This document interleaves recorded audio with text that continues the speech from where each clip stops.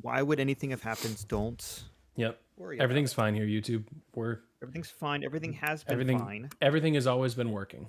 We've Everything never has had any issues ever. nothing has not been working. It still feels. Yeah. For picks of the week, I threw as an option. You guys can veto if you feel like it, but I threw in like picking one of the like Feast Week tournaments because this is our I'll talk schedule probably off YouTube stream, but this is our season finale of season 2. So Man, we're still like a week and a half out from that, but that's always fun. So I got hot late. and I stayed. Ran out of time, Josh. I ended season 1 with like the potential to like go up with like 7 points, and then nothing happens. I'm just warming up, so don't worry about me, guys.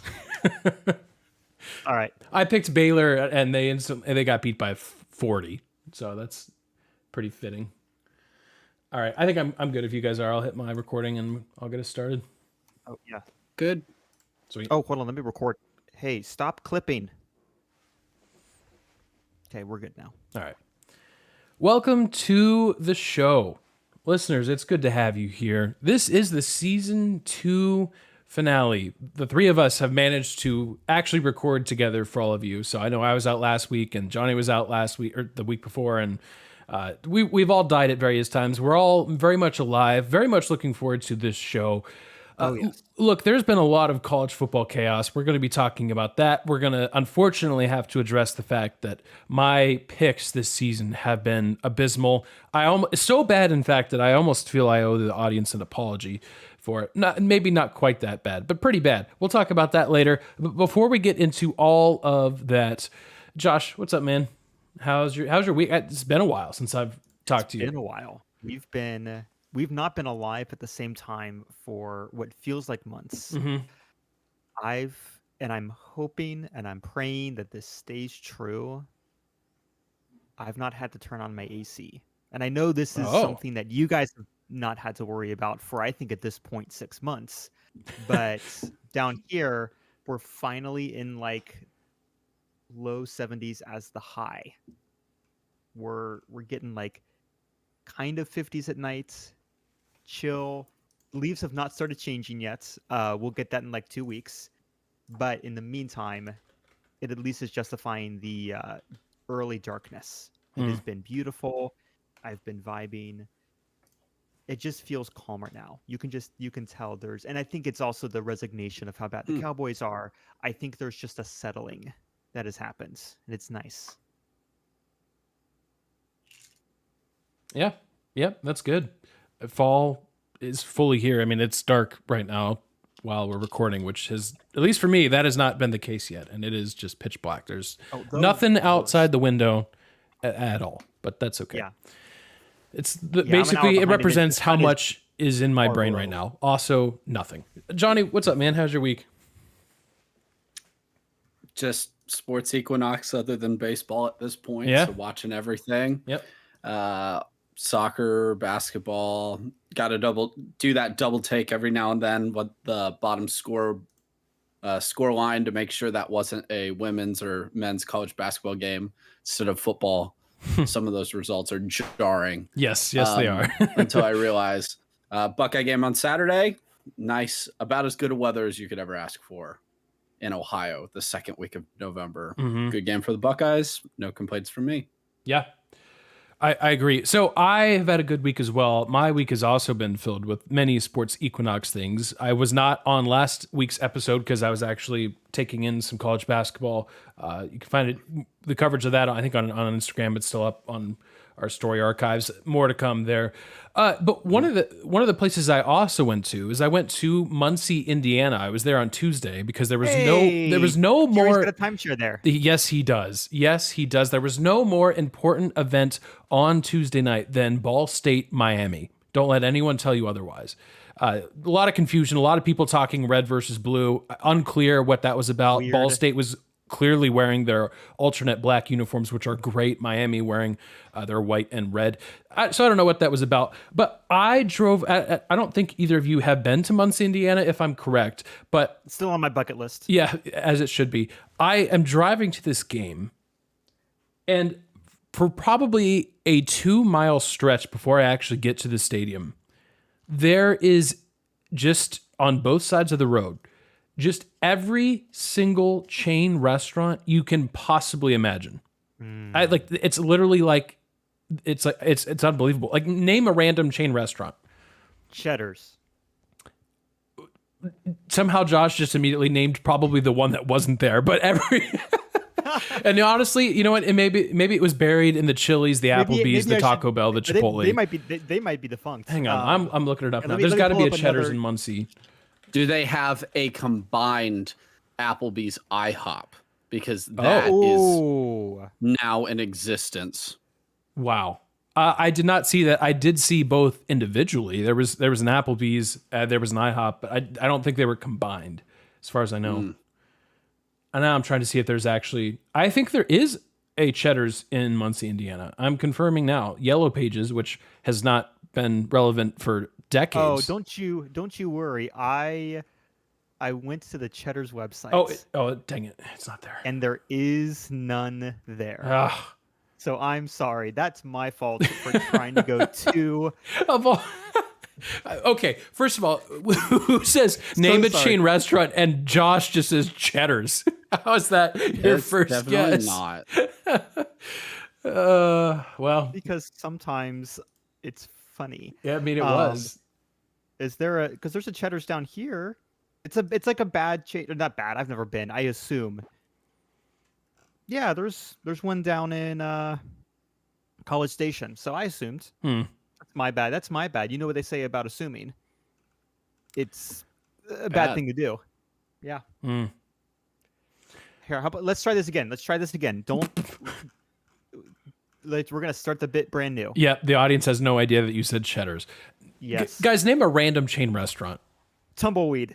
I don't even know what the head is. I think Still they're the worse. That went out of business forever ago. That's we a- were kids, Josh. That's a Crayola color, isn't Hold on. I got it. Hold on. it? Okay. Name a Put chain a mellow restaurant. mushroom in there. Hey. Now. Actually, I think that went out of business too. I think it's Also- a first watch. We're over 3. Nice. Well, my trip was Glad lovely. Muncie was great. Yeah, it was. Muncie was great. Very rainy. That part was a little rough, but everything else about it was great. Ball State was, frankly, pretty devastated losing to Miami. That is a relatively new rivalry. They call it the Redbird rivalry. And I'll just tell you that press conference, I've been to several over the last few years since we've been doing this. And that was probably one of the most depressing press conferences I've been to. So Ball State was pretty torn up about that. They need to win their next 3 games if they're going to get bowl eligible. Meanwhile, Miami, after a rough start to this year, that's win number 4 or 5 in a row, I believe now for the Red Hawks. They are tied for first in the MAC.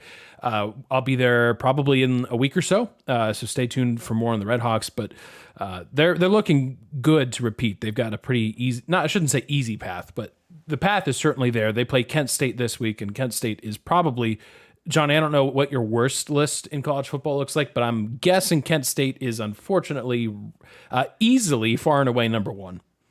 Yeah, unfortunately, buddies in the northeast of Ohio have kind of abandoned them. Akron's still on the list, don't get me wrong, but usually it's 1 and 1A Yeah. at the worst with our Cleveland adjacent friends.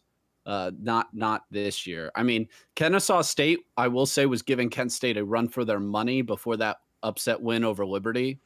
Yep. And I have half a mind to put them at the worst honorarily for firing their head Oh, coach. stupid. His first year in the FBS when they're 1-8. Of course they're 1-8. It's your first year. Might I remind everybody? Sorry, this is just a mini tangent. I didn't even mean to do this. Let's go. Sam Houston State also had a very similar record last year. They're, I think, 7-2 right now. Their second year in the FBS. It takes time. And 2 years is not much time. Like, give the man a break. You're still operating. I don't care about transfer portal. Transfer portal doesn't work the same for them at Kennesaw State. It takes a moment. You're still give 'em a operating with an chance. FCS roster. You're operating with an FCS roster it's insanity to fire this man. I'm Yep. sorry, mini tangent. what? That was the all the most things- absurd thing I'd ever seen, and it has to be called out because it was so wrong. The man beat Liberty. He beat last year's conference champs as a 28.5 point dog. Mhm. It ruined my parlay. That man deserves to stay for at least another year. It was just Anybody so ridiculous. who I ruins forget- Johnny's line automatically deserves a 1-year contract extension minimum. Hey, You know I what, agree with that. I Michigan- agree. Michigan's gonna maybe hit 500 this year. Oh my Maybe gosh. they're gonna hit 500 this year. You know what Michigan's not gonna do? They're not gonna fire their coach. They're gonna go, hey, you know what? Other things have contributed to this down season. It's not automatically the coach's fault this year. But it's, I guess, they just- could be wrong. Maybe it's just better to just fire everybody. He's the only head coach the program's ever had. That's I'm crazy. sorry. What have you done I'm for us sorry. lately? You got you Just- promoted us. They were good enough in the FCS to get promoted They won an FCS Because of him. championship, right? Am I crazy? because of. I don't know if they actually won like the title, but they made the Okay. playoffs 4 times and they enough, won their yeah. conference a few times as well. They were non-existent to good enough to be competing at least for the championships. Good enough for Conference USA to say, sure, come Mhm. on, we'll take another Owls team. Yeah, Like- they started their program in 2015.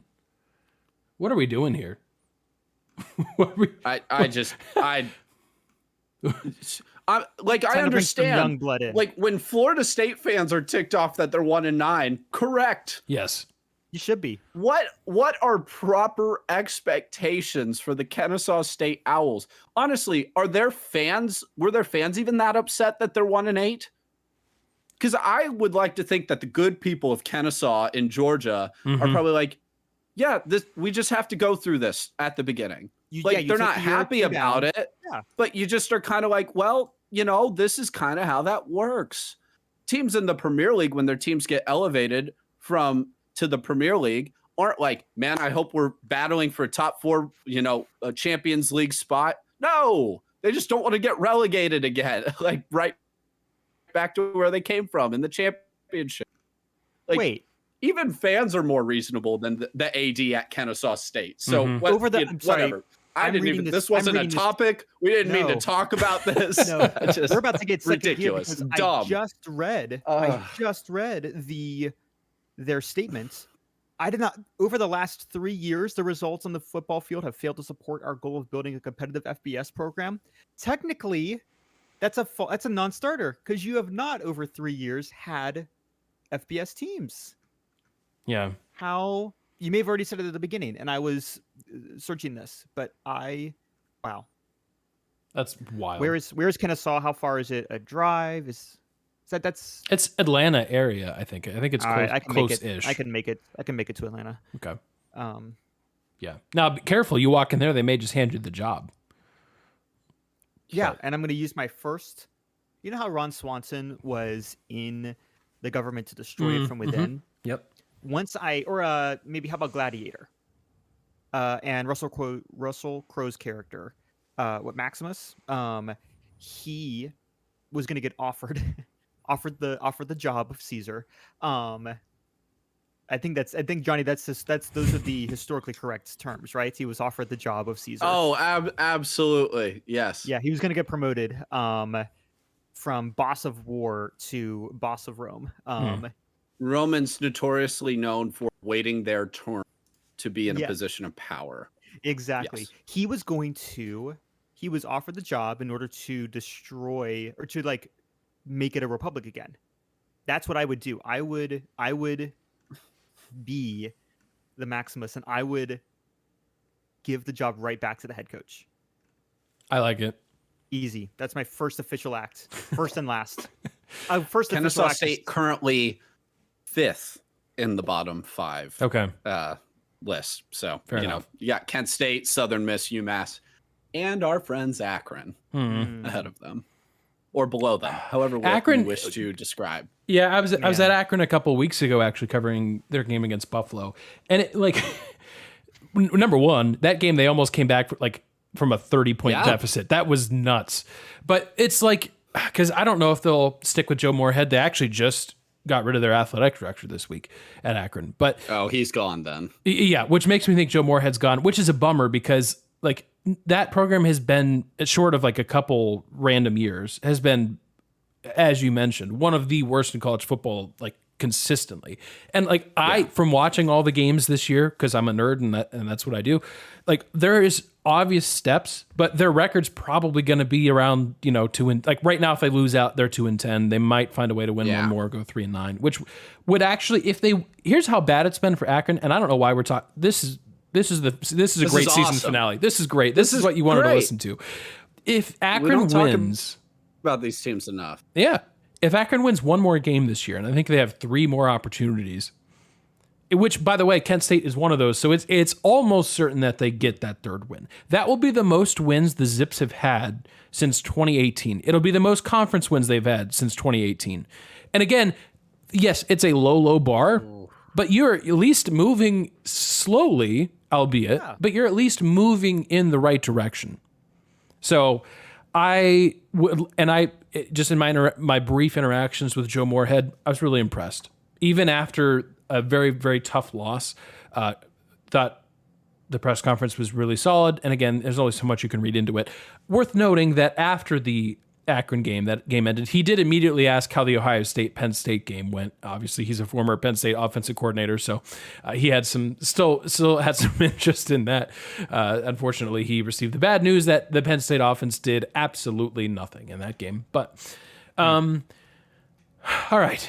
Well, that's your segment on college football teams that are struggling this year. As always, by the way, just as a reminder, if you're new, we do have the worst list. It's not a list that's made to make fun of these teams. It's actually a list to say, hey, we need more fans. You need to support these teams. Let's help these guys out. Let's root for Kent State to get a win. Let's root for UMass to not be a total dumpster fire before they join the MAC next year.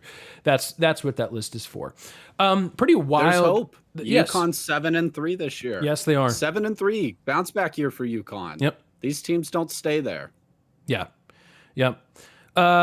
Some chaos in college football this week, as usual. Yeah, I mean, it's true. Finally is a good word because it had been a couple weeks of, for the most part, kind of chalk results.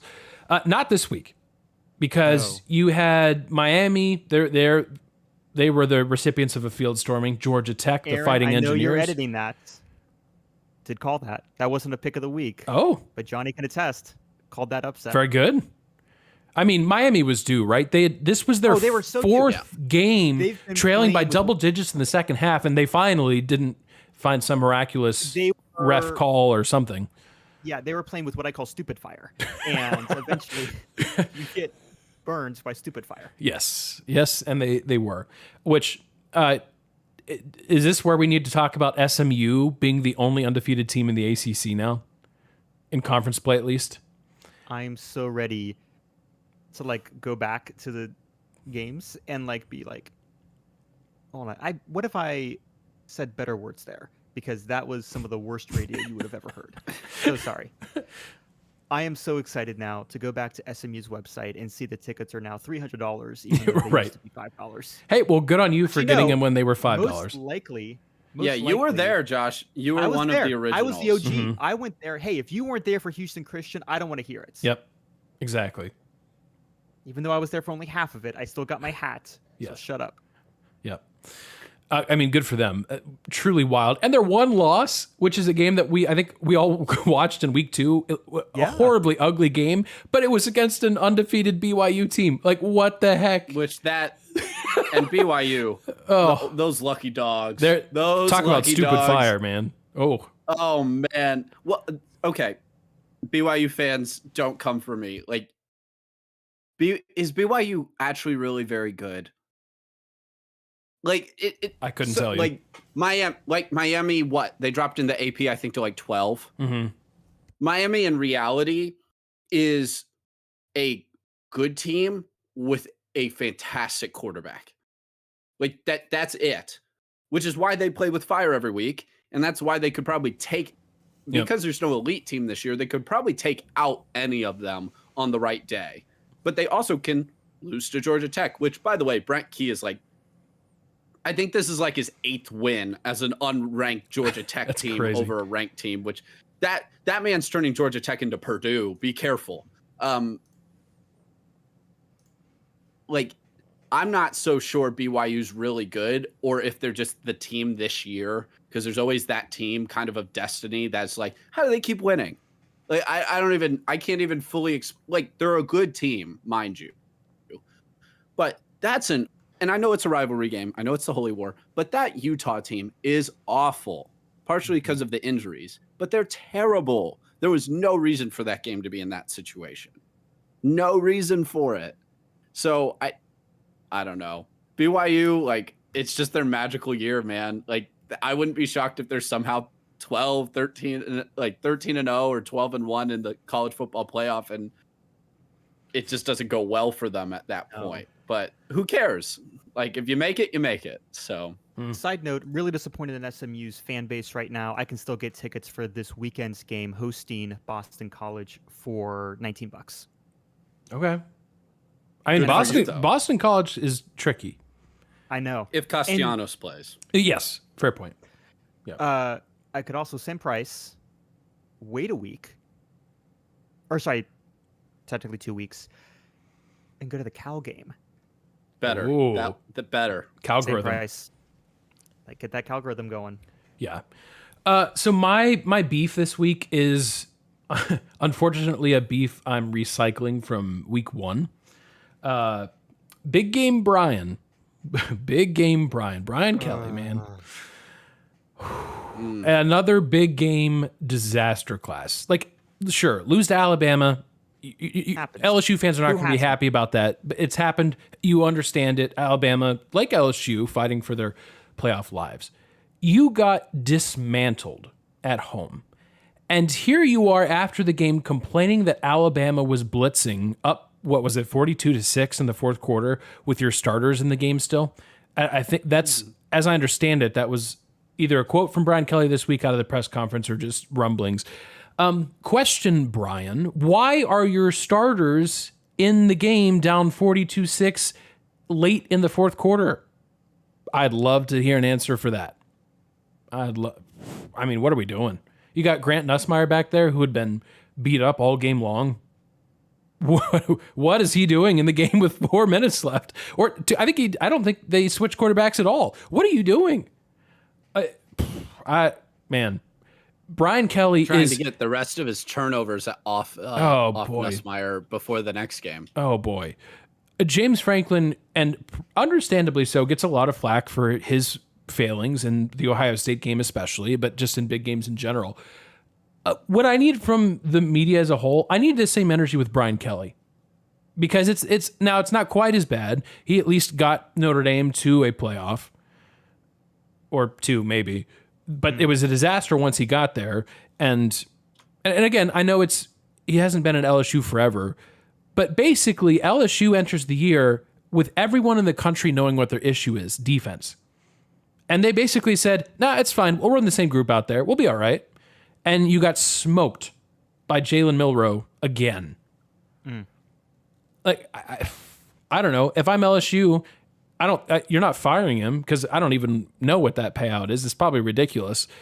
But college football media, I need the same energy with James Franklin as I need Brian Kelly. It's the same thing. It's the same person. Really good, might get you to the playoff. But boy, I am not trusting you in a big game ever again. Sorry, until you prove me wrong. Big game Brian, man. I know I'm probably like Stephen A with the Cowboys with him, but it just never fails. It's crazy. And USC, by the way, is bad. So now looking back at that week 1 game, it's like, oh man. It's worse. Yeah, we thought it might be the Notre Dame A&M game that we'd look back at that. And we were wrong. We picked the wrong game. Aaron, but, as much as you're making fun of LSU, that's still only 2 conference losses. Yeah, you're right. And might I remind everybody, all the teams now, and specifically the catalyst of this that really, people had already been talking about it, but the result that happened that really kind of got everybody after this week thinking, wait, what the heck is going to happen in a few weeks if this doesn't get cleaned up, was Ole Miss Yep. dismantling Georgia. Wow. And Now, I still don't think I have heard words from people saying Ole Miss can win the national title. Sorry, nope, still not there. Stop it. And I could be wrong still, not there. However, I owe an apology to Ole Miss because that is the first big game I feel like I've ever seen them actually win. And maybe I don't even owe them apology because they finally did it. So congratulations, Ole Miss. You finally broke through. Aaron was just mentioning Brian Kelly really struggles in this. I feel like Lane Kiffin and Ole Miss have really struggled. Like they build up into these games and you're like, okay, like maybe they'll get it done this time. And not only did they get it done, I mean, Carson Beck was running for his life. Yep. It was dominant. The game was really never in question. So congratulations to Ole Miss. They were not playing well earlier this season. They were playing even worse than I expected. And they're right back in the hunt. Now, so here's all the 2-loss teams in the SEC right now. You have Alabama, you have Ole Miss, you have Georgia, you have Texas A&M, you have Missouri. And if you just say 2-loss in conference, you also have LSU. So one of those losses for Texas A&M is non-conference. And then you have Texas and Tennessee, who each have one conference loss. So, however, Georgia is playing Tennessee this week. So it feels like we're one Georgia beating Tennessee game away from what the heck is going to happen. Yep. And heaven forbid, A&M. Well, in that situation, winner of A&M and Texas, Texas and Texas A&M, they're in because Texas A&M has 2 losses. One of them's to Notre Dame, so the winner would be in. After that, though, that means you have 7 teams tied for second place. Yes. Assuming there's no other like Yes. That's assuming we always talk about like coastal chaos or Big Ten West tiebreakers. That's if the favorites win. Yep. If the favorites win all the games, we're screwed. What the heck do you do with that? Now, I mentioned I do need a caveat. I mentioned Missouri. Missouri can get the crap out of there because they have no business with the rest of those teams. I have nothing personal against Missouri, but I really hope South Carolina beats them this week so that they can get out because South Carolina deserves to be in this conversation more than them. Anyway, just we needed to talk about that because the SEC teams are also, remember, we have 3 weeks left. Most of them are playing an FCS school as one of those games.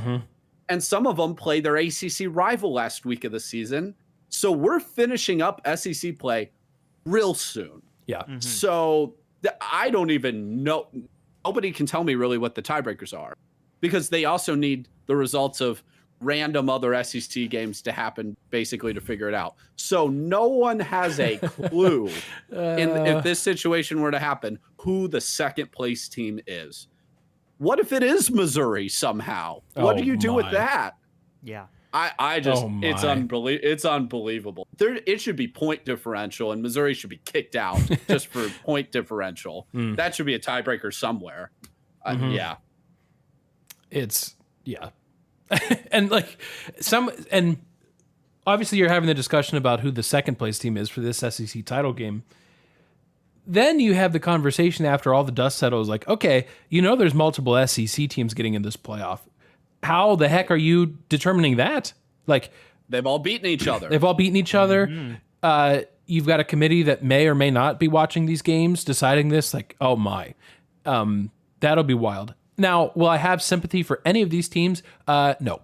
The answer is win your games. Sometimes in the SEC, I do feel bad. Like, okay, wow, what a juggernaut schedule. That's true for some teams. This is not the SEC. I mean, I think it's probably still the best conference. And I say that because the bottom of the Big Ten is terrible. The top might be better than the top of the SEC. Because I think you take the 4, Oregon, Ohio State, Penn State, Indiana. I don't think the SEC even stacks up to that. But the bottom of the Big Ten, quite bad. Purdue, we saw that as Buckeye fans this week. That was ugh. Yes. We'll take it. Yeah, no question about it. We'll take it. And it doesn't excuse Alabama from scheduling Mercer every year. Well, yeah, exactly. In November on this week or whatever, if it's this week, next week, whatever. Yeah, it is this Saturday. Yeah, this Saturday. Yeah, it's this Saturday. Yeah, but it's they're different now. It's before the Oklahoma game, that big Oklahoma game. They were Mhm. everyone was worried about. Yeah. When I say everyone, I mean everyone in Norman. Yeah, now sure. That's Oh a my. conversation too. You talk about the beginning of the show, coach firings. Yikes. That's a real conversation Oklahoma has to have, and I think we're talking like a $44 million buyout for Brent Venables. Didn't they give him an extension after last year? I think so. Yeah, that's yeah, he's tough. not going anywhere. Probably not. But that some real danger signs there. Like it's one thing to have a bad year, but like it's not You great. sent Dylan Gabriel packing. On June 21st. That's the worst. I think that's the worst part out of all of it. Mm-hmm. Is you sent Dylan Gabriel packing. Yeah. Venables signed 6 years, 51.6 million on June 26th. Or sorry, 21st. Wow. So that's gonna hurt. Mm-hmm. Only A&M has A&M money. Yeah. Guys, do we want to yell about Big Noon Kickoff? I feel like we talked about it a little bit with the Penn State game, and again, we'd be recycling probably conversation, but I'll open the floor to you guys if you want to yell about it.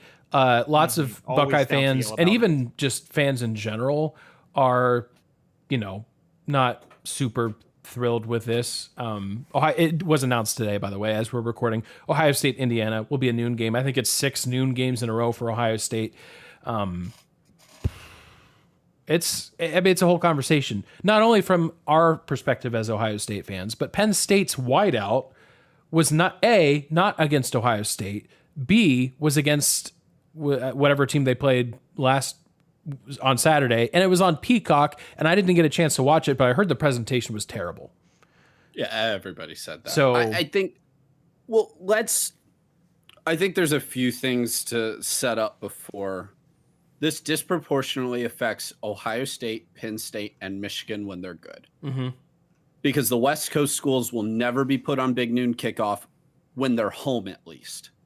They might be a road Big Noon Kickoff, but they'll never put a 9 a.m. kickoff, on Big Noon Kickoff. Like, I just don't believe they'll do that. I don't think they'll have a 9 a.m. Pacific time kick in Eugene for Big Noon Kickoff. I just don't think they'll do it. That's my opinion. I don't know that for sure. So it disproportionately. So that's why it sounds like whining, because it's coming from your best schools. Yep. The other thing is, stop going after Joel and Gus. Yeah. They have no control over this, No, guys. this isn't Like their fault. they have none. And what do you expect them to say? They're going to toe the company line. They're not going to go on Twitter and say, yeah, this is stupid. I'm sorry. They're not going to do that. They can't do that. So stop going after them. Is this stupid? Yes. Absolutely. However, so this is how this works for the Big Ten. It's a $100 million deal for each school. Big Noon, they have a draft with all the games before the season starts. Yep. Also, basically, Fox gets their pick of the litter at noon, CBS gets their pick of the litter at 3:30, and NBC gets the night game. So basically anymore, the only chance Ohio State has to have a night game is if it's on NBC. And the 3:30 is on CBS, unless there's some way we get a Big Ten network game in, which will happen when they're playing Youngstown State. So as much that's just an explanation of why. That's why this is happening. Fox obviously having the majority of the television revenue contract is going to grab Ohio State, Penn State, and Michigan as often as they can. Oh, yeah. Which means you're going to get a crap ton of Michigan against Northwestern, Ohio State against Purdue, actually, Penn as of State against UCLA on Big Noon Kickoff. And I hate it. I hate it for the fans. I think everybody hates it. But this is the price we're paying for. I'm not saying fans should just suck it up by saying that. No. This is the price we're paying for suits being in charge of the sport. Yep. Yeah. And not football people. Yeah, these It are ticks me random. off. That's why. No disrespect, but this is a bunch of suits in LA deciding what Midwesterners might want to see, even though they themselves have never been to the Midwest. Well, they don't even care what we want to see. It's all about money. Like, let's just be honest. It's all about money. They know if they put Ohio State, Michigan, Penn State, especially Ohio State, and that's just based on ratings. And I couldn't give a darn about ratings. Yep. Neither should you if you're fans. Yep. If you like something, like it. Yep. Who cares if it's 20 people watching? Just enjoy it. You don't need to, oh man, like it's good because 8 million people watched it. No, if it's good, it's good. Yep. It's good. It's good. But they know if they put Ohio State on noon, they'll get 9 million people to watch no matter what, which is why they do it. Mm-hmm. It's why they do it. And that's the revenue. And they can promise that to all their sponsors. So they know they're going to get the money. So, but I will say this year is an extreme for Ohio State. What is it? 5 in a row, 5 or 6 in a row. Yeah. It will be because they'll get Indiana's been announced as the noon and then Michigan's always noon. Like this is just absurd. I think it's 5 or 6 in a row. That's too much. Like that's ridiculous that's happening to the team. And Aaron, I don't know, you went to the Nebraska game. What was the atmosphere like for you? It was, I mean, a lot of people on Twitter were saying like this environment kind of sucked. And my brother actually messaged me. He's like, is this true? And honestly, now a lot of it had to do with how Ohio State played because they did not play well. So caveat this with that. But yeah, having been to many other, like we actually were talking either this week or last week, we all went to the 2016 Michigan game.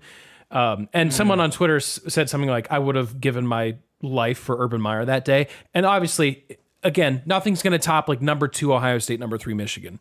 But like compare that to what the Nebraska felt like, you would have thought you were in a different stadium. Because again, a lot of it was how Ohio State played. Like their own offense kind of took their own crowd out of the game. But until the fourth quarter where things got really spicy and Ohio State's trying to drive and retake the lead after being down, then the crowd got loud for like a drive when Nebraska had the ball. But it was, like not a lot to it. And like, obviously the Ohio State-Michigan game's a noon game, but that's a little bit apples and oranges, right? Like we're not. It's tradition. They always do that. And like, if the game could be at 6 a.m., the Michigan game, and you're going to have 110,000 or whatever number at either Michigan Stadium or Ohio Stadium screaming their heart out. So that you can kind of throw out the window. Maybe that wasn't the best example to bring into this, but yeah, overall, I would say the environment was pretty lackluster. Especially when like this Ohio State was coming off of a loss to Oregon. So in theory, the fans should have been angry and fired up. And even though that game was not going well, you should have had lots of people up and yelling and all that. Now, there's a whole different conversation to be had about who's actually at this game. It's people that can actually afford to be there. It's rich old guys that don't want to yell and whatever. But that's a whole thing. That's an episode all by itself. It's also like these aren't absurd asks from the fans. Mm-hmm. Penn State's asking, could you protect our whiteout game? Yeah. They're asking for one game a season. The thing is, Fox is always in that draft that I talked about that's going to be one of the highest games to take off the board. Mm-hmm. Oh yeah. So there's that. And then Ohio State's not saying, hey, I hate noon games altogether with. They're saying, our only night game this season was Western Michigan. Like that can't happen. Yep. Can't. Like that, there has to be at least something else on the schedule for us. Because remember, ultimately, while the television networks are footing the bill, the fans are really the ones footing the bill. Like, and there needs to be more of a discussion. Mm-hmm. But again, these aren't football people making the choices. Right. It's guys in suits, million miles away, who are just looking at how to enrich their shareholders. And that's what we're dealing with now in college football. Yep. I remember reading back when the Pac-12 existed, there were frustrations where Fox's big noon choices would sometimes force, and I forget the specific instances, but it would force some Pac-12 teams to start their games at like 9 or 10 a.m. local time. Mm-hmm. Which is just to get them a clear spot, which is ludicrous. And so it's not made with any decisions. Sorry, it's not made with any care towards the actual football fans. Yeah. How much? Because also Ohio State didn't used to really do night games. Yeah, that's true. And they wouldn't. recently, Once you get to November, the Big Ten used to have a rule: no night games. right? That's come off the board, but Yeah, which is that was fine. just November. Yeah, that's just November. It's whatever. But I remember a few years ago, maybe more than this point, everything has been time is a flat circle. Nothing is new. I don't know what year it is.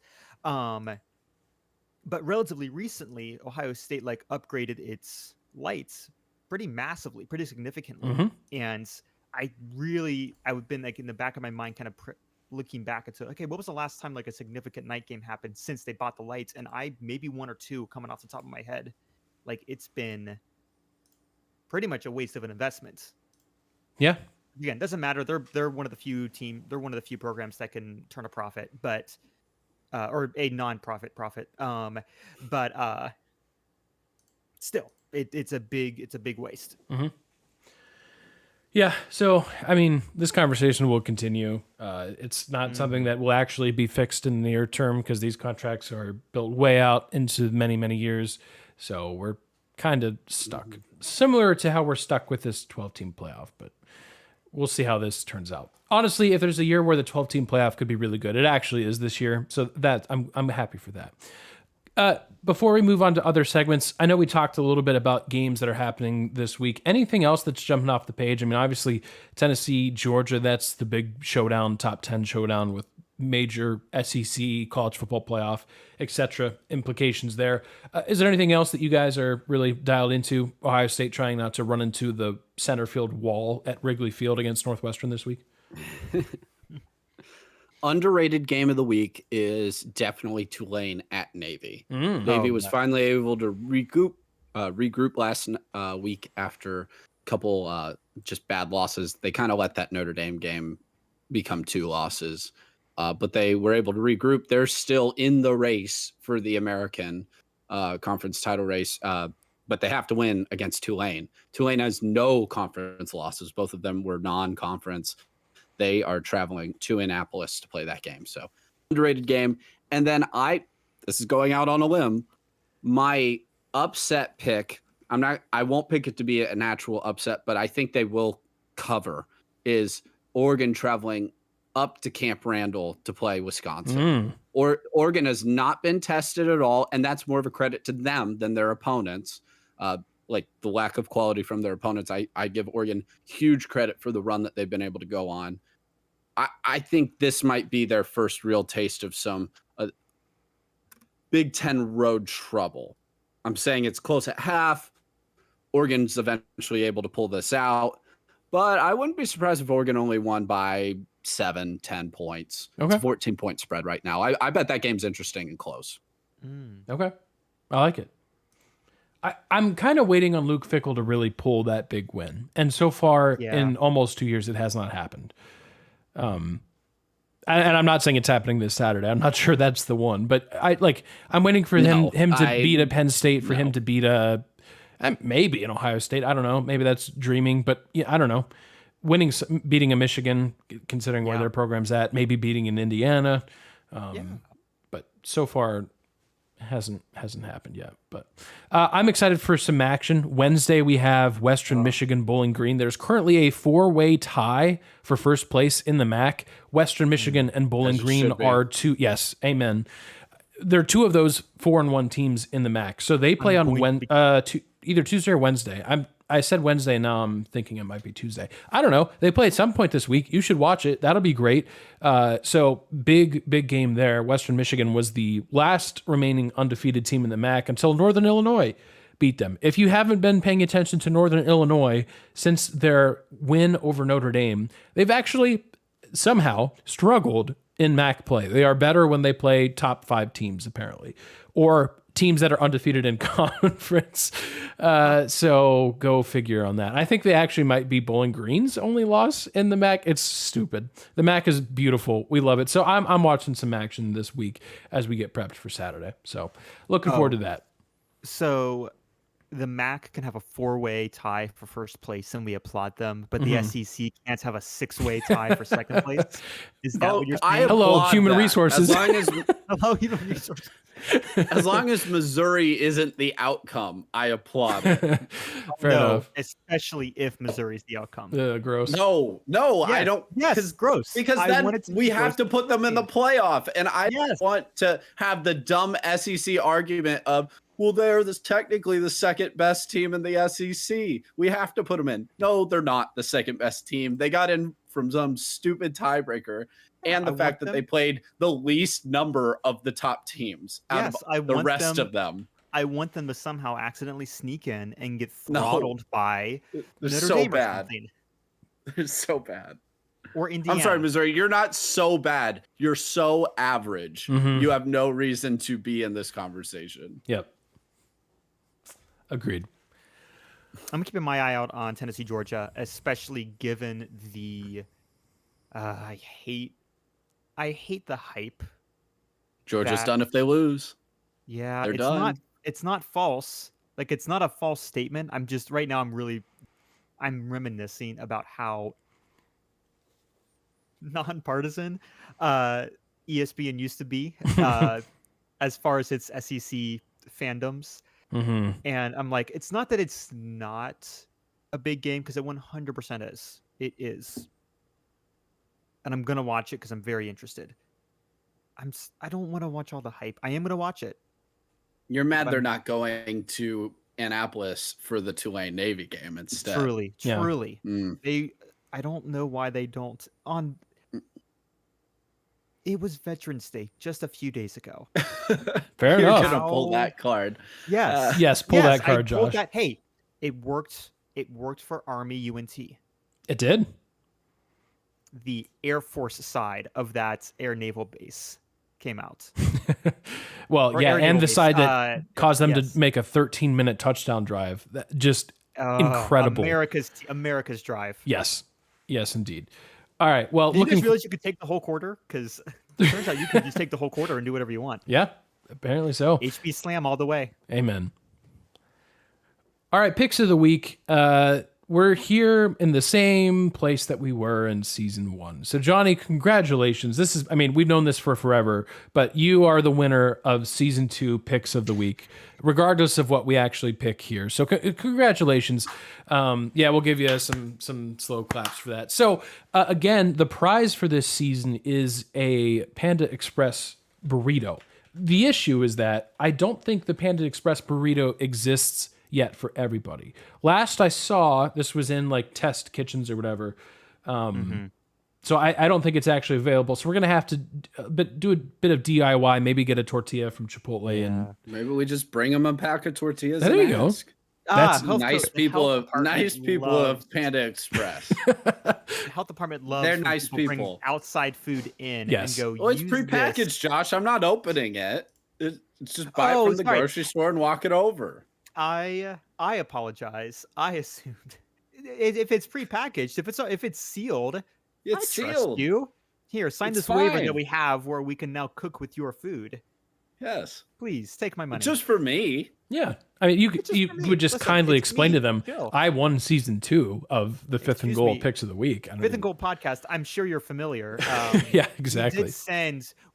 We do have actually. We could do this if we butter them up. And you know how we do that? We send whichever We one we're gonna go donate to the World Wildlife Fund. Yes. Oh, And We then actually donate. it's twofold because I was about to say merch. We give them merch. Oh, that but too, that sure. sounds Yeah. better. Hey, we write off both. true. Yep. Can write off both with our massive revenue. Mhm. We can write that off. Yep. And then we go, hey, we have scratched your back by scratching the backs of all pandas everywhere. Mhm. Yes. And then also scratched your back, comforted your back by giving you a really comfy t-shirts. Yes. Can you scratch our back by making us a burrito? Here's the tortilla we brought. Mm-hmm. Yeah, we're providing them all the tools. This is all you have to do is make sure your manager is not there that day. Yeah, exactly. That's all we're asking for. Yep. Not much. No. And that one shift lead who is kind of like a stickler and is gunning for the manager position, make sure they're not there either. Mm-hmm. Yeah. I mean, the people need this, right? So The people it's really deserve for the common good is ultimately what it boils down to. Panda Express is too cowardly to expand its burrito offerings to outside SoCal, those 3 locations in SoCal. Mhm. They need to go to the heart of cuisine. Yep. Southwestern Ohio. Yes. That's what I meant. Yes. That's what I Southwestern meant. Texas. Yes. That's not even where you also, are. Exactly. I'm going to drive to El Paso, which is not even Southwestern Texas. I just say west. Yeah. There is a fun side note, because I'm already talking. There is I believe there is a West Texas, but it is in fact. Are you talking about the University of Texas, Rio Grande Valley? No, I'm talking about Because West. I need some merch still from No, Caros. there's a city called West Texas. You know where it is?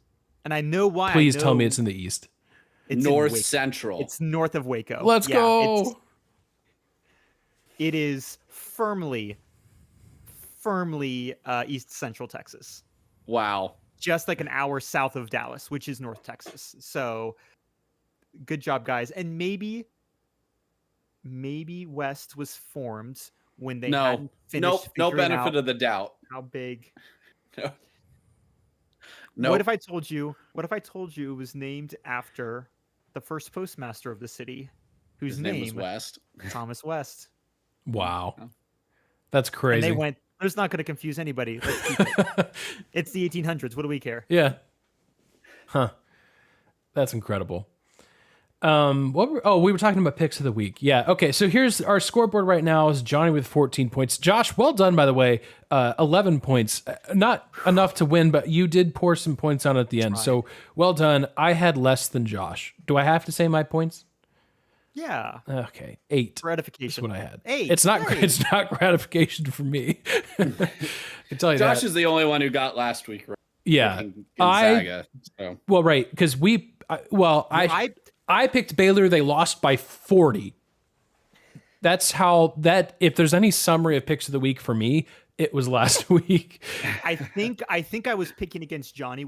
That was my motivation these past few weeks, when I realized mathematically I couldn't win. But I think I ended up more or less picking against Aaron more often, and that was actually the key. Decider. Yes. Yeah. So, look, we'll let you all know, listeners, what our schedule is for the rest of 2024. This is our last official episode. We're going to sprinkle a couple in because there's rivalry week in college football. There's the 12-team playoff. So we're going to have some podcasts around that. But because we're not making any official episodes probably for the rest of 2024. We're going to jump ahead slightly in our picks this week. So we're talking about the Maui Invitational, one of the best college basketball regular season tournaments. And it starts in, I think maybe just over 2 weeks. I don't know. I think just over 2 weeks. It's over Thanksgiving. But the field, as always, is stacked. You've got Auburn, Colorado, Dayton, Iowa State, Memphis, Michigan State, North Carolina, and the 2-time defending champions, the UConn Huskies. I want to pick Auburn just to be funny because apparently they got into a fight that caused their plane to have to turn around and try again. They still insane. Won. And they still won. Yeah. I couldn't believe they won. Yep. Yeah, and they beat, Memphis, right? Who's in this field? Yeah, I believe they weren't even 30 minutes outside the airport. The joke online was they haven't even turned off the seatbelt signs. I mean, that's utterly insane. But they are still 2-0 in the top 25. My pick is going to be Dayton. Will that pick actually happen? I don't know. But in my mind, this tournament is vengeance for the national championship team that would have been in 2020. So I think you put this team in the bracket. And by the way, it is a just genuinely good Dayton team. They beat Northwestern on Saturday, I believe. So Northwestern was an NCAA tournament team last year. Good win. So I'm going to mix it up. I'm going to say Dayton wins it, even though they may have the worst odds in this tournament. I haven't looked, but give me the hometown team. Go Flyers. Let's get it done. Give me 1 sec. I'm going to do, since these are pretty much free points, since we've not established who's good yet, in this new season. I'm just confirming. I wanted to make sure. Yeah, I'll pick Colorado. Because, and I'll tell you why. Because I think UConn, Michigan, Memphis. Yeah, that's the closest to Maui. Oh, Technically. Geography. I do know which way west is after getting corrected just a few minutes earlier. So it's basically a home game for them is what I'm saying. I think Colorado is basically going to play home games. okay. I will be picking UConn, which is a cop out totally. But honestly, nobody knows this early in the season who's good. Yeah. Like if you are a college basketball fan, you already know this. But let's assume you're just kind of like, I kind of turn it on sometimes. I kind of don't. And you're like, wow, the number 8 team lost to an unranked team. Don't pay a ton of attention to rankings right now. It's more guesswork than college football even is, because the roster turnover is even worse in college basketball. Half the time your team's just going to be in a different conference the next year randomly. So I'm going with UConn, not because they're back-to-back national champions, but because they had massive victories to start their season 2-0 against Sacred Heart and New Hampshire. And that gives me all the confidence I need to pick the Huskies to win the Maui Invitational. Yes. One does not simply show up and beat the Pioneers. You got to earn it. Amen. Yeah, I'm looking forward to this. By the way, if you are also someone like me who loves these tournaments, stay tuned to our website. We are going to have brackets available for all of these tournaments. I'm already working on it right now. Should be up hopefully in a couple days if I'm on it. So yeah, that's going to be available soon. It's got everything. I mean, you can literally print these brackets out if you want and fill them out as the tournaments happen. It's got TV information, time, like who's actually playing who. And there's, I think, like 30 plus tournaments that are available. The Maui Invitational being probably the one that features the best teams, but the Battle for Atlantis, that field's usually really solid. The Charleston Classic, the Myrtle Beach Invitational, these are all really solid. I actually don't know if it's called the Charleston Classic anymore. I think it is. I don't know. Either way, good tournament. Encourage you to check it out. All right, what we're following. Guys, I've got a couple things. One is... and I didn't actually have this in the show notes until we started talking about directions. And that prompted me to my brain reminded me that there's been 2 name changes in Division I sports. And what I want to know is which one you guys like better. What I'm more interested in is which one you hate more, because that's the kind of negative attitude we try to bring on this show. Absolutely. Which is worse? You were positive for like 2 minutes in this episode. Yes. That's too much. Too much. Which is worse? Texas A&M Commerce being named East Texas A&M, or IUPUI changing their name to IU Indy?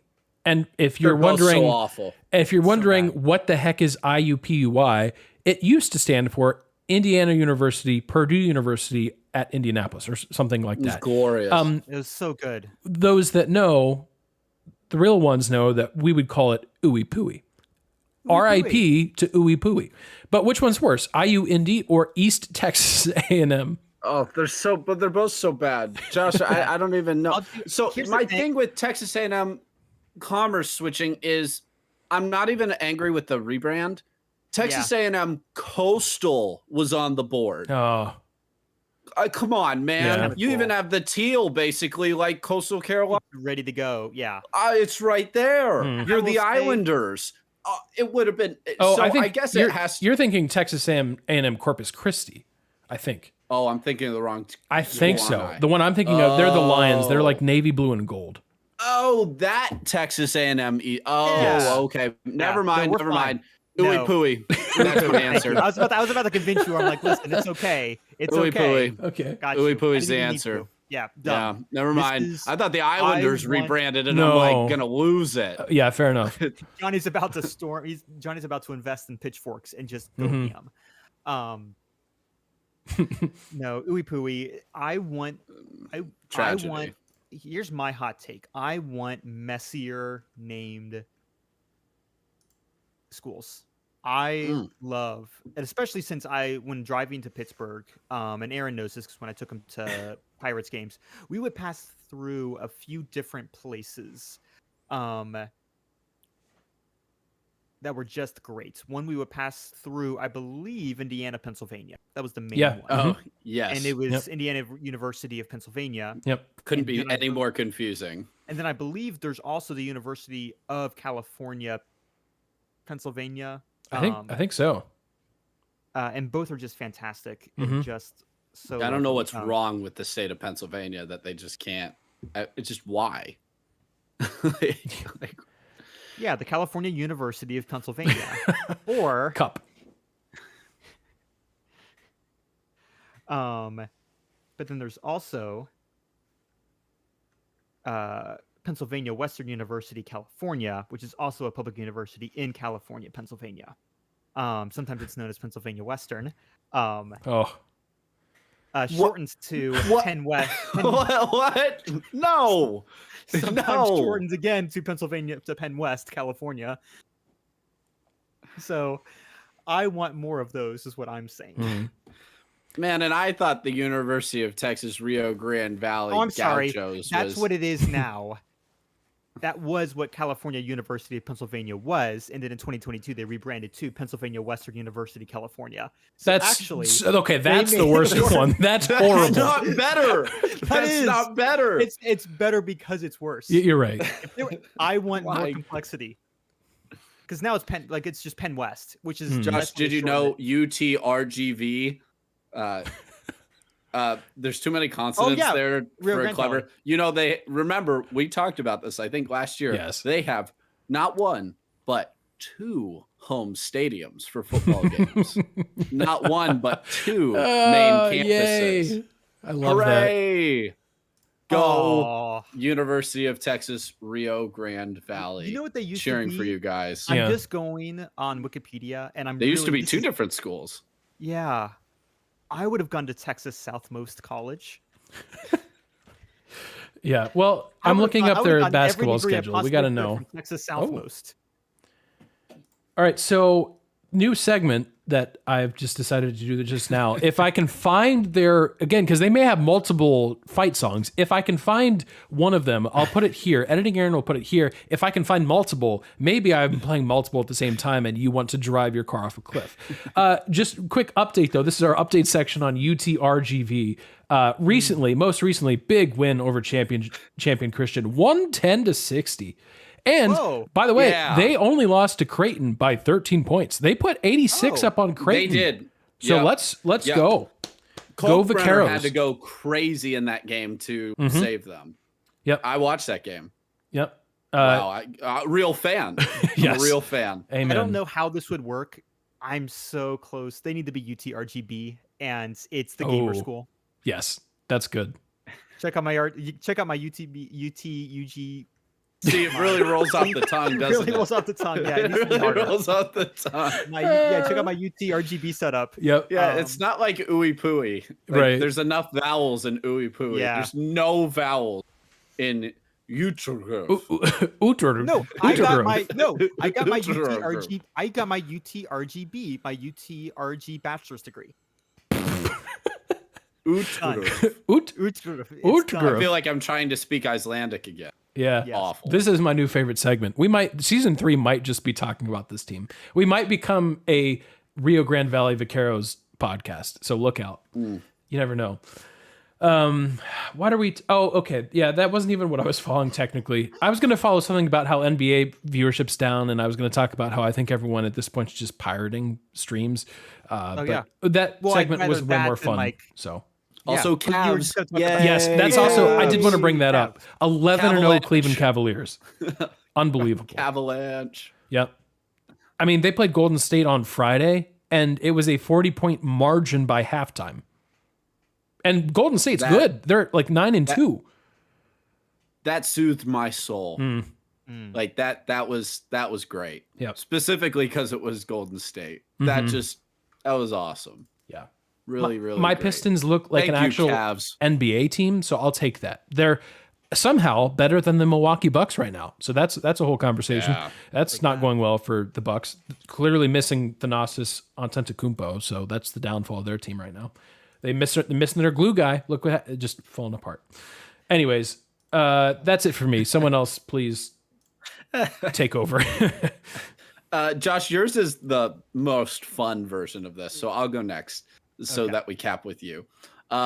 So quick MLS playoff update, and I didn't think I'd be giving an MLS playoff update at this point, but as I briefly mentioned, because I didn't want to talk about it last week, our beloved Columbus Crew were knocked out in the first round, unfortunately. But I don't feel so bad about it anymore because all top 3 seeds in the Eastern Conference got knocked. That includes Cincinnati, who lost in an 11 PK shootout to get knocked out. And Miami and Messi are gone. The King is dead. Atlanta, who sold their 3 best players during the season, barely snuck in, was over 30 points fewer than Miami in the regular season, took them out. They won 3-2 to win their second in the best of 3 on Saturday. It was insane. I'm thrilled. I think most MLS fans are thrilled. Don Garber, the commissioner, and Apple is crying. I'm sure they're crying because this is awful for them. Worst case scenario. But if the Crew can't have it, I don't want anybody else to either. I'm bitter like that. So, yay. MLS update. Yeah, go ahead, Josh. You talk about your insane person that lives down there with you in Texas. I thought I was going to talk about this, and I am. Like, I'm going to give him enough airtime, the amount of airtime he deserves, which is as little as possible. True. But then I have something even crazier afterwards, which is so funny. So, Jerry Jones owns the Cowboys, brags about removing radio hosts. This is not the first time. The incident a few weeks ago was not the first time he's threatens to remove radio hosts. Yeah. I didn't know that. Yeah, back in the 90s he did it. And actually, how consistent of him. Exactly. So at the very least, man's not arbitrary and capricious when it comes to removing DJs that he doesn't like. That's the only thing I'm going to give him. Did you guys know, fun trivia fact, AT&T Stadium is the only stadium, I believe, in the U.S., at least domed ones, to face north-south. Traditionally, whatever could go wrong there. Sorry, wait a second. No, actually, it is set north-south. Or sorry, hold on. We're gonna back up. I got my trivia wrong. You didn't know this because it was false. Most stadiums, I believe, are set up, at least outdoor ones, north-south. That way, you remember in school when the sun rises in the east and sets in the west? It's that setting part that's usually the most important. You guys went to AT&T Stadium. Yes. We allegedly did or didn't see cool things. We were welcomed inside. Correct. We were welcomed inside. Yes. It was set up east-west. Did you notice what was to the south of us? It was a Walmart. That Walmart was there before Jerry Jones put up AT&T Stadium. He did not want one side of the end zone to look into a Walmart. He's not paying Walmart money. Right. They don't get free advertising. So let's set it up east-west. But sometimes there's going to be Western sun. Because Texas does have a sun that sets in the west. That's okay, because for the concerts, they'll bring in these like special like retractable curtains because they spent $1 billion on this. Now, would you ever think of a situation where maybe, I don't know, CeeDee Lamb might need to catch a Josh, not even a game winning. The Cowboys never have kickoff at 4:30. Sunset would be a big issue, right? They never play standalone games 4:30, about 4:30. Cowboys have always started at either noon or 8:30. That's it. And that's how it's always been. But on the off chance that it's at 4:30 and maybe CeeDee Lamb, you're about to have your 4th or 5th consecutive home loss by 40 or whatever it is. Maybe a little like, maybe not quite momentum changing catch, but it was a wide open catch. Mhm. Great play call for once. But maybe the sun's in your eyes. Oh, that poor man had no idea the ball was there. Yeah. No idea. Like he He's just no, come on.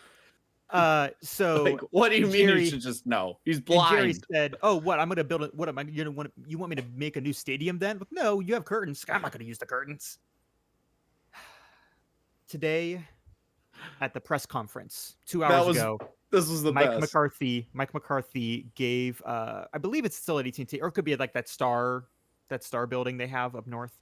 It doesn't matter. There's windows because it's a building. They're not monsters. They put him in a room with some windows on the side. It was an evening thing, sun setting. There was actually going to be some glare on Mike McCarthy as he was giving his press conference. So they Glare brought from out, what, Josh? and I'm so glad you asked. It was from the sun, actually, because it was in the evening. Oh, from the sun. And there was some western-facing windows, and some sun came down, and so Mike McCarthy. I don't know if he said it or if maybe one of the AV techs went, "Hey, this is going to be bad. Sunlight blocking someone's view does not make a good performance. He's not going to give his best interview in this case, press conference, if the sun's in his face and he's distracted." So they had a little shade. They put that shade up, and he gave his press conference totally fine, no issues. So he was able to see. It was So what reports are saying, there's a shield here to block the sun from Mike McCarthy's face. I'm forwarding this to Jerry Jones anonymously. I'm just curious if he was aware of that. The fact that it happened on Monday's press conference, though, is just incredible. Thank you. That just so great. I loved when I saw that today. I'm like, this is the most absurd, ironic thing ever. Yeah. It's so great. Now, reportedly, my Cowboys gosh. fans are also looking for a screen to hide their face. Yes, they just put out the banner. This is the first team to trail by 20 or more points in 5 straight home games. Oh, Finally, they got to yeah, hang that banner. Their 95 Super Bowl victory. But guys, isn't it great that they traded away a round pick for Mingo, for a receiver that they definitely will use and my was gosh, definitely so worth on it. the active roster last week? That means he wasn't, because the Cowboys really understood that they were supposed to be buying at the trade deadline, not selling. Buy Good. high, sell Cowboys low. awareness You got level. that one right? Did Buy anyone high, else sell forget low. that Trey Lance was on that roster? Or was it just me when he popped up on Sunday? Cooper Rush still got the start. That's They used another crazy. 4th round pick on Trey Lance. Yep. Was it 4th or 3rd? They might have even used a 3rd. I don't know. What did the Chiefs have to give up for DeAndre Hopkins? Did they? A bag of chips? Yeah. Well, I Josh, think they just correct. I think it was a handshake agreement. Mm-hmm. I think the kickoff, they get a weighted they get a weighted coin. They get to defer now automatically once or twice when they play an Arrowhead. That's it. Oh, okay. Yeah. Just ridiculous. Just Mingo was barely playing for the Panthers. Yeah. The Panthers. Yep. right where we want him. Right where we want him. And again, you're so bad this year. Somebody said that's a top 100 pick. It's not like the end of the world, but you need as many good, decent picks and young, cheap talent as you can get. You're paying CeeDee Lamb. You're paying Dak. Are you going to pay Michael Parsons? You have no money. Anyway, I'm not saying anything Cowboys fans don't know. Please keep making these decisions, because Please do. maybe eventually you'll fade into obscurity and we don't have to talk about them Yes. anymore. Yeah. I have one more announcement. Okay. Oh, okay. It's Chess Heads. Yeah. Welcome to the podcast. We have not had this, I think, in months. Mm-hmm. And I'm doing a classic. I'm doing a throwback. Okay. This is a quintessential Chess Heads. What did I start Chess Heads on? Hans Niemann cheating scandal. A scandal in a sport that we were not super intimately involved with. I'm going to read you an article. I'm going to read it verbatim. I don't know if I'm going to read the whole article. I don't know if I can finish the whole article. But I'm going to read the Sky News. That's a UK-based wire service. I'm going to read it, and we're just going to sit in it. I'm not going to explain a thing. Okay. World Conquer Championships investigates cheating concerns after winner found with steel nuts. Grow up. David Jackins, 82, was victorious in Sunday's event. It was his first win after competing since 1977. The veteran player, known as King Conquer, recorded Conker. Like a conk.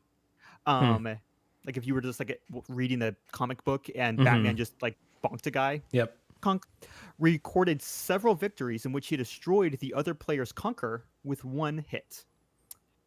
His opponent in the final, Alistair Johnson Ferguson, told the Daily Telegraph he raised concerns after his Conquer, quote, disintegrated in one hit, and that just doesn't happen.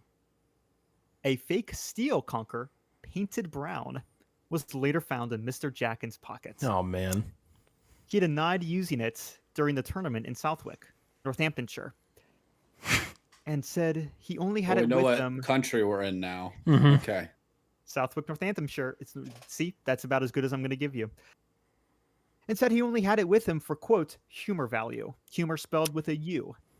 O-U at the end. Mr. Jackins, who helped prepare other players' Conquers, which are selected randomly from a sack. Oh, no. Also denied any suggestion he marked with the strings to highlight harder nuts. Okay. I know you told me to grow up. Sorry. Tough. The chairman of the organizing committee said the steel Conquer was indistinguishable from a real one. With its weight, the Conquer's weight, its only real giveaway. Oh, wow. St. John Burkett told Sky News. Are these real people? Yeah, this is not real people.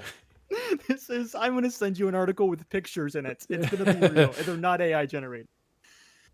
That an investigation. So sorry, I've got to go back. I got to give this article. Thank you so much, by the way, to the writer of this.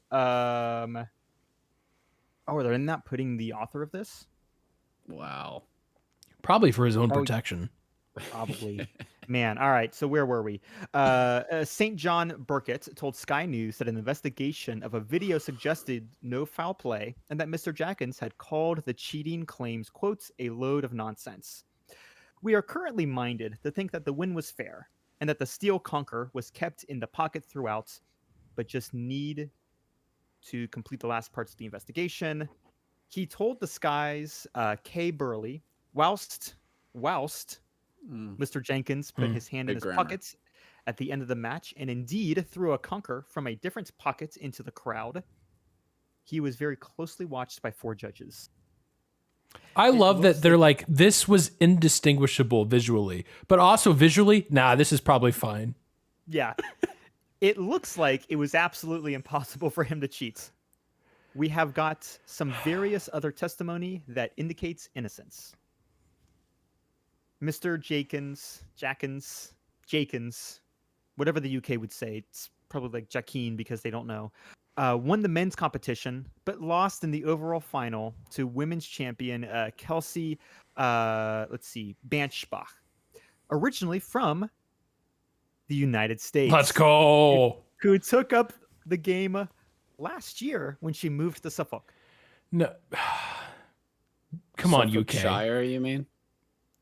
Say what? You're telling me it took an American 1 year to be the best at this sport? That's crazy. I was really hoping you were going to say like a month ago. It would have been funnier. The championships have been held since 1965, and organizers say they have raised over £420,000 for charity. Okay. Pounds of what? This year's knockout event. I'll respect that. Yeah. At the Schuckburg Arms. That's not real. Saw a host of interesting Literally none competitors of this take is real. part in front of an enthusiastic crowd. The Sky That's News the most unreal part. is that people have been enjoying this since 1965. I can believe that an American went, why is this a thing? I learned this in a month. Hey, you know what? I respect it. People enjoying a sport. I'm not going to judge. I'll laugh, but I'm not going to judge. I do love, again, another thing that the UK most likely invented that no one else wanted to do anything with, and the US came and immediately went, oh yeah, we're masters of this. Wow. So the next time you're at a World Conquer Championship, just make sure that you don't bring your steel Conquer. That Yep. word has That's a lost some classic meaning to mistake. me. Yep. I'm Because it's too YouTubing that this nut. right If now. you bring that steel Conquer, What is this? This is crazy. I don't know what it is, and Is it a I'm board looking- game? No, it's if you're just gonna have to YouTube it. That's all I can. I'm YouTubing it. The first thing I see is fans dressed up as bananas. And this guy Yeah. has a no, this might be like cheese at the same time. head. He's got a cheese hat on his head. Like, this is great. I'm all for this. That's what I've decided. I'm all in. I don't know what's happening still, but I'm all in. May as well try it. Yep. All right. I'm going to send you a picture of Mr. David Jenkins. I'm pronouncing his name differently each time on purpose. One of This- them's right. So I'm going to stumble upon it at some point. When you see it, you're going to go, yeah, this guy looks like the world conqueror champion. At least for the men's side. Yes, I would confirm. I wish he had a more British name, but David Jacquins is going to be as close as we can get. It does appear that wearing costumes is a big part of this sport, because now I'm watching a video of Waldo playing Oh. this. That's what he does in his spare time. Yeah, apparently. Yeah. Is it just called Conkers? What is it called? I YouTubed the World Conquer Championship, and there were several options that appeared. Oh, Conkers. Plus, there's a BBC News YouTube traditional video children's of game. this cheating scandal you're talking about. So, Oh my gosh, guys. I know we need to end this podcast. I looked at what they use. They Mhm. use a horse chestnut tree. The horse chestnut seed. Mhm. You know what it looks like? a Buckeye. It looks like a buckeye. Yep. Guys, we are making a new sport. Ohio, born and raised. We can't call it Conkers because that's the stupid. Mm-hmm. We need to call it something cool. It's not like, because it's not flat volleyball, it's spike ball. So what type of epic name can we give it to where every college campus is going to have like the equivalent of Conkers courts? Yeah. So that And is- while that keeping is- it PG, I'll say. I'll keep it a PG because I was gonna oh say my the gosh, easiest way. I to don't get know college Spotify's students gonna to let do us it would be air to what make I it just read. not. Correct. Yeah. All right, we'll put our marketing team on that. Yeah, and so that's your action statement. Rebrand Conkers for a modern, mature American audience, Yes. but not too mature because then we still want it to be fun. Yes. That's great. There probably is truly no better way to end this episode, this season of the Fifth and Goal podcast. Audience, listeners, or viewers, I say listeners all the time, but a bunch of you watch on YouTube, so I appreciate you guys that do that. We do stream this show there. You can find the replays of all of our episodes there as well. We really do appreciate the support, though. It's because of your support and listening to the podcast that enables us to go to places like Muncie, Indiana, and cover football games in Akron and all these different places and watch some college basketball. So we thank you, as always. Like I said, this wraps up season 2. We are going to take a little bit of a break. However, we're not probably going to completely avoid talking about Ohio State, Michigan, and all the rivalry games, Texas A&M, all that stuff.